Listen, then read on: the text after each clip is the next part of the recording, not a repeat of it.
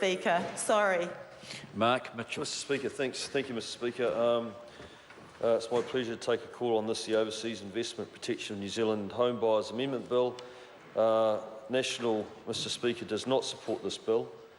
We do believe that it is a supply issue, and maybe I'll just talk specifically to Auckland and maybe even my own electorate and say that what we do have to do is we have to build more homes, and we're doing that. I can certainly contest that in my own electorate, in a subdivision called Millwater. If anyone wants to come up and visit, Phil, you're welcome to come and have a look.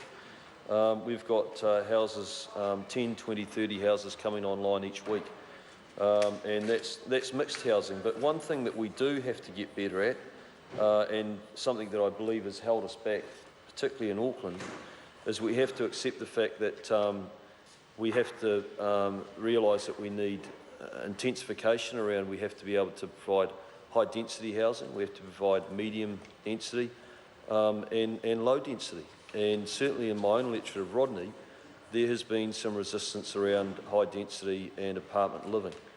But I can tell you that I had a visit down here a couple of weeks ago from a Year 13 class from Orewa College, and they want to stay in the area. They want to have different options, and actually they're very happy to have access to an apartment to get themselves onto the property ladder. And I remember myself when I was a young 21-year-old in Auckland, just having recently graduated as a new policeman and wanting to get into my first home. And actually I'd grown up in East Coast Bays, a fairly nice area close to the beach. I had to move. I had to move into an area that was Helicon Place, which was called Nappy Valley.